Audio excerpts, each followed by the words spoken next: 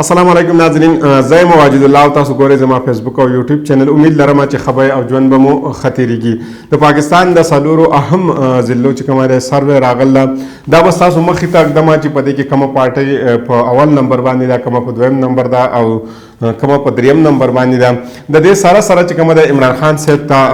په اډیاله جیل کې دا ویلی شوي دي چې په 8 فروری باندې به په پاکستان کې فاینل الیکشن وي او دا خبره چې کومه دا بالکل فاینل کړه شوې ده. د دې نه بعد به دا الیکشن چې کومه ده د دې ډیټ به نه چینج کېږي. عمران خان صاحب ویلي دي چې دا خو ډېره ښه خبره ده او ډېر خوشایند خبره ده چې په پاکستان کې آخرکار چې کومه ده جنرال الیکشن تاریخ ورکړی شو او په دې تاریخ چې کومه دا حتمی تاریخ دی او په دې باندې به په هر حال باندې الیکشن کېږي. عمران خان صاحب چې کومه ده د نوجوانو ته یو پیغام ورکړی دی. دا پیغام هغوی ورته د جیل نه ورکړی دی او ډېر زیات اهم پیغام دی. هغه ویلی دی چې زما نوجوانانو تاسو تیاری ونیسئ د څه دپاره؟ د الیکشن دپاره، ځکه چې په دې الیکشن کې به د ځوانانو کردار چې کومه دی دا به ډېر زیات اهم وي. هغوی ویلي دي چې په 2023 کې د الیکشن دپاره تقریبا 1 کروڑ نوي ځوانانو چې کومه دی هغوی اندراج کړی دی او هغوی ویلي دي چې د نوجوانان چې کومه دی دا به ډېر زیات فیصله کوني، یعنی فیصله چې کومه ده د الیکشن دا به څوک کوي؟ دا به ځوانان کوي، ځکه چې ځوانان کومې پارټۍ ته اوټ ورکړي، حقه پارټۍ چې کومه ده هغه به الیکشن ګټي، ځکه چې نوجوانو تعداد چې کومه ده دا په پاکستان کې زیات دی او بوډاګان یا لږ چې د عمر ځوانان لږ په بره عمر کې دي د هغوی تعداد چې کومه دی دا کم دی. په دویم نمبر کې په بلوچستان کې یو ډېر اهم ډیولپمنټ شوی دی او تاسو به حیران شئ چې په بلوچستان کې هم داسې قسم ډیولپمنټ کېدلی شي. په بلوچستان کې پاکستان تحریک انصاف چې کومه دی 2 ورکر کنونشن کړی دي. خو تاسو یو شی ذهن کې یاد وساتئ چې پولیټیکل سچویشن چې کومه ده یا د پالیټکس چې کومه زموږ په پاکستان کې کومه ډاینامیکس دي نو دا د هرې صوبې مختلف دي. که موږ د خیبر پښتونخوا خبره وکړو هلته پولیټیکل سچویشن یا پولیټیکل ډاینامیکس چې کومه دي دا مختلف دي. په پنجاب کې مختلف دي. د اسلام آباد پولیټیکل ډاینامیکس کې چې کومه دي دا مختلف دي، ځکه چې په اسلام آباد کې میډیا هم ډېره زیاته پاورفل ده او باقي چې څومره د نورو ملکونو کسان چې اوسېږي امبیسیز وغیره چې کومه دي دا هم په اسلام آباد کې دي. نو د اسلام آباد ډاینامیکس چې کومه دی هغه بیا د دې صوبو په نسبت باندې مختلف دي. بیا که موږ د سند خبرو کو هلته ډاینامیکس ډېر مختلف دي. بیا که موږ بلوچستان ته وګورو هلته بالکل سچویشن د پوره پاکستان نه مختلف دی. خو دا ځل چې کومه دی هلته ډېر زیات یو نوی قسم یعنی یو نوی عجیبه غونته کې کار شوی دی او کار به ورته موږ ځکه وایو چې هلته څنګه پی ټي آی دا ځوانان چې کومه دی دا اکټیویټ کړلي او ځوانانو څنګه هلته کردار ادا کړی دی. 2 ورکر کنونشن شوی دی، یو په پشین کې شوی دی او یو په هرنایي کې شوی دی.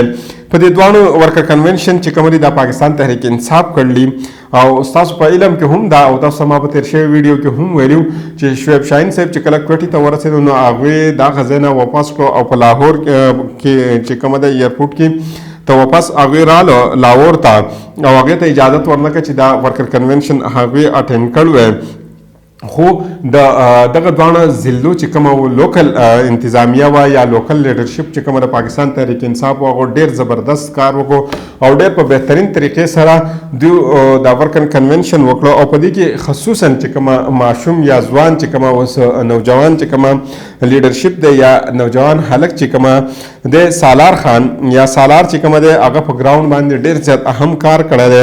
هغوی یو زبردست قسم ورکر کنونشن وکړو او هغوی دې خبر ته سوچ ونه کړه چې سینیر یا شعیب شاهین صاحب واپس کړی شو د بلوچستان نه یا داسې نوي کومه لیډرشپ چې کومه دي هغوی په دې ورکر کنونشن کې موجود نشي، خو هغې خپل کردار چې کومه دی دا په ډېر ښه طریقې سره ادا کړو.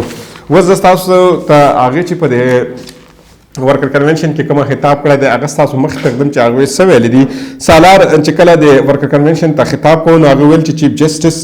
صاحب چې کومه ده د ډپټي کمشنر د طرف نه چې کومه الیکشن کمپین رکاوهلو دپاره چې کومه قانوني کاروایی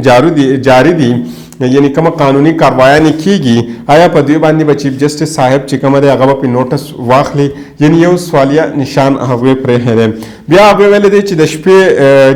12 بجې چې کومه دی زموږ یو سینیر پارټي رکن عبدالواري کاکړ صاحب چې کومه دی د هغه په کور باندې چاپې اچولی شوي دي او هغه یې یرولی دی.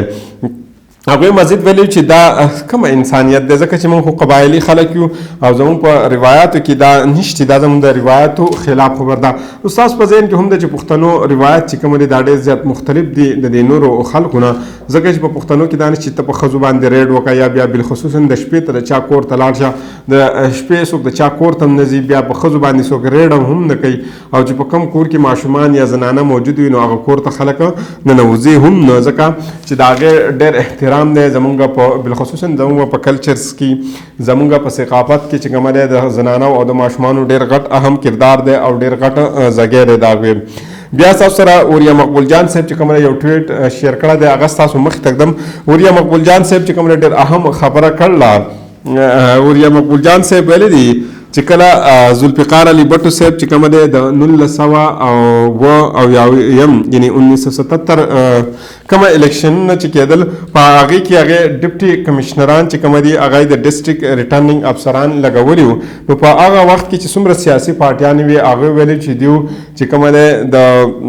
دانلۍ یو بنیاد کېښودو او د هغې په نتیجه کې په ملک کې داسې یو غټ ملکګیر هړتال شوی و چې د هغې په نتیجه کې د بټو صاحب چې کوم حکومت و هغه ایسته ختم شو. نو هغې وایي چې 40 کاله بعد چې کوم دی جسټس فایز عیسی صاحب چې کوم دی هغې دا بنیاد چې کوم دی دوباره کېښودو، وایي الله دې خیر وکړي، یعنی هغې په آخر کې لیکلي چې الله دې خیر وکړي. بیا که موږ بلوچستان د ورکر کنونشن ته وګورو، دا بلوچستان د ورکر کنونشن چې کوم دا داسې ښکاره کېده لکه په بلوچستان کې چې جلسه وي، یعنی ورکر کنونشن نه وي خو جلسه وي، د جلسې عمره خلک په دې ورکر کنونشن کې شامل شوي وو. بیا درته اوس چې کومه دی هغه کومه څلور لږه شروع کړي چې څرنګه تاسو ته ما ویلو چې څلور چې کومه ضلع دي د هغې سروې راغله هغه درته وایم. لودرا چې کومه ضلع ده په هغې کې تقریبا چې دي 2 پکې نېشنل اسمبلی سیټونه دي او 15 پکې د صوبایي اسمبلی سیټونه دي. په هغې کې په د 59% یعنی یو کم 60% سره پاکستان تحریک انصاف چې کومه ده په پهله نمبر باندې دی، د 21% سره مسلم لیگ نون چې کومه ده په 2م نمبر باندې دی،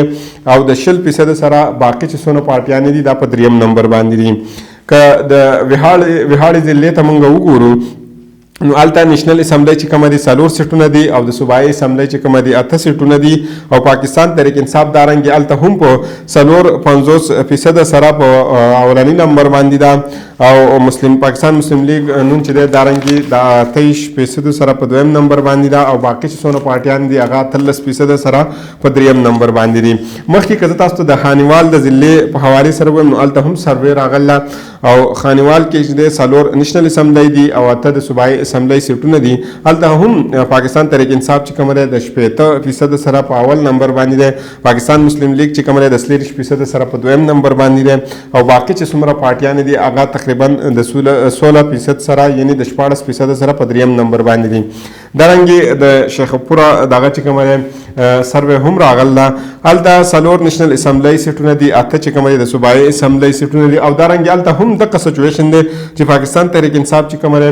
دا د 50% سره په اول نمبر باندې دی، پاکستان مسلم لیگ چې کوم دی 28% سره په 2م نمبر باندې دی، او باقي چې څونه پارټیانې دا 14% سره دي.